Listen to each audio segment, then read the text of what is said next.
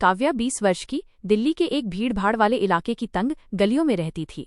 उसके चेहरे पर सादगी थी, आंखों में बड़े सपने, लेकिन दिल में गहरी चिंता। वो इकलौती कमाने वाली थी और उसकी माँ मीनाक्षी गंभीर गुर्दे की बीमारी से पीड़ित थीं। पिता की मृत्यु के बाद इलाज और घर चलाने के लिए लिए गए कर्ज का बोझ $8,000 लगभग 6.5 लाख रुपए तक पहुंच गया था, जो काव्या की डेटा एंट्री की मासिक 15,000 रुपए की तनख्वाह से कभी नहीं चुक सकता था।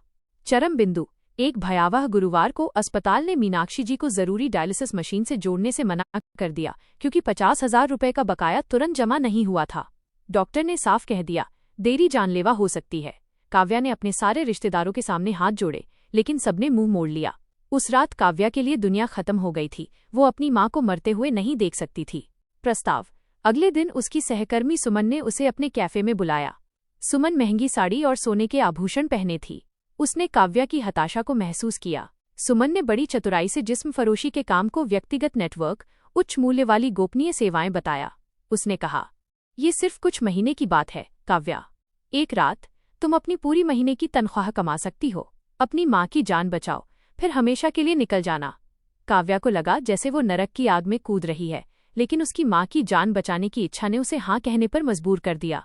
पहला कदम और आत्मिक दरार, the first step and the soul's fracture. पहला दिन, काव्या का पहला क्लाइंट एक अमीर मध्यम आयु वर्ग का बिल्डर था।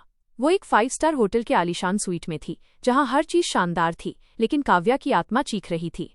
उसने खुद को एक रोबोट की तरह महसूस किया, अपनी भावनाओं को पूरी तरह से बंद कर लिया।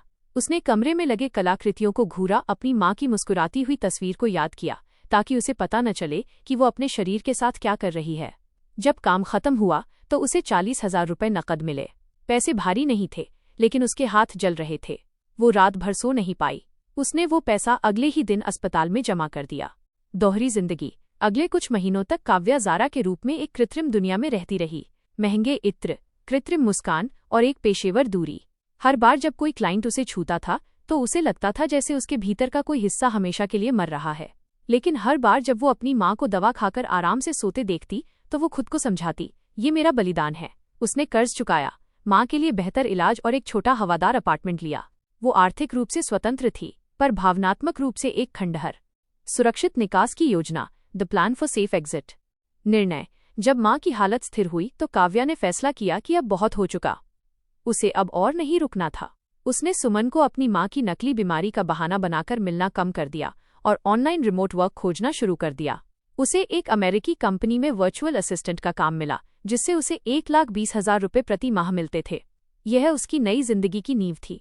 पलायन, उसने गुप्त रूप से एक नए शहर पुणे के लिए ट्रेन टिकट बुक किए।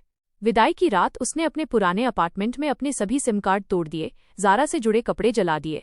उसने अपनी माँ से झूठ कहा कि यह एक बड़ी कॉर्पोरेट पदोन्नति है। अगली सुबह 4 बजे, जब शहर सो रहा था, काव्या और मीनाक्षी जी चुपचाप अपने 2 बैग लेकर स्टेशन की ओर बढ़ गईं। पहचान का संकट और therapy, recognition crisis and therapy. खतरा, पुणे में काव्या का नया जीवन शांतिपूर्ण था। ऑनलाइन काम, माँ की देखभाल और एक स्थानीय एनजीओ में गुप्त रूप से शिक्षा के माध्यम से समाज सेवा। लेकिन एक दोपहर कैफे में उसकी नज़र गोयनका पर पड़ी। डर की एक ठंडी लहर उसके रीढ़ की हड्डी से गुजर गई। उसने चतुराई से पानी गिराया, ध्यान भटकाया और कैफे के पिछले दरवाजे से बाहर निकल गई। बदलाव, इस घटना ने काव्या को झटका दिया। उसने तुरंत अपना घर बदला और थेरेपी शुरू की। उसने अपनी काउंसलर को अपनी कहानी विस्तार से नहीं बताई, लेकिन इतना बताया कि उसने अपनी माँ को बचाने के लिए एक भयानक काम किया। थेरेपिस्ट ने उसे बार बार दोहराया कि वो पीड़ित थी, अपराधी नहीं। इस मानसिक समर्थन ने उसे अपने अपराध बोध से उबरने में मदद की। माँ के सामने सच, एक शाम काव्या ने अपनी माँ को बताया, माँ, वो नौकरी आसान नहीं थी, वो खतरनाक थी। मैंने तुम्हारे लिए कुछ ऐसा किया जो मुझे अंदर से मारता रहा। मैंने झूठ बोला ताकि तुम बच सको। उसकी माँ की आंखों में आंसू थे, लेकिन उन्होंने काव्या को गले लगाया और कहा, तुम्हारे साहस ने हमें बचाया। तुम अब आज़ाद हो। प्यार, स्वीकृति और प्रायश्चित, love, acceptance and atonement. Ravi, NGO के काम के दौरान उसकी मुलाकात रवि से हुई, एक सच्चा और समझदार इंजीनियर। काव्या को डर था कि रवि उसे जज करेगा।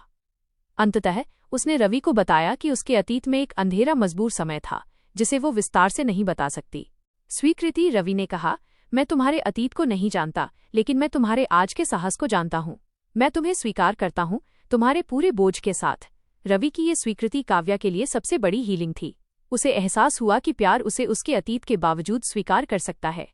शांति। काव्या ने रवि से शादी की और उन्होंने मिलकर एनजीओ के लिए एक हेल्पलाइन आशा किरण स्थापित की। काव्या पर्दे के पीछे रहकर अपनी कहानी का इस्तेमाल करके आर्थिक मजबूरी से गलत रास्ते पर जा रही महिलाओं को गोपनीय कानूनी और वित्तीय सलाह देती थी। काव्या अब खुशहाल और सुरक्षित थी। उसने ज़ारा को अतीत में दफना दिया था और आशा किरण के माध्यम से वो अपने आप को माफ कर चुकी थी। उसने मजबूरी के उस दलदल से निकलकर सम्मान और शांति का जीवन पाया।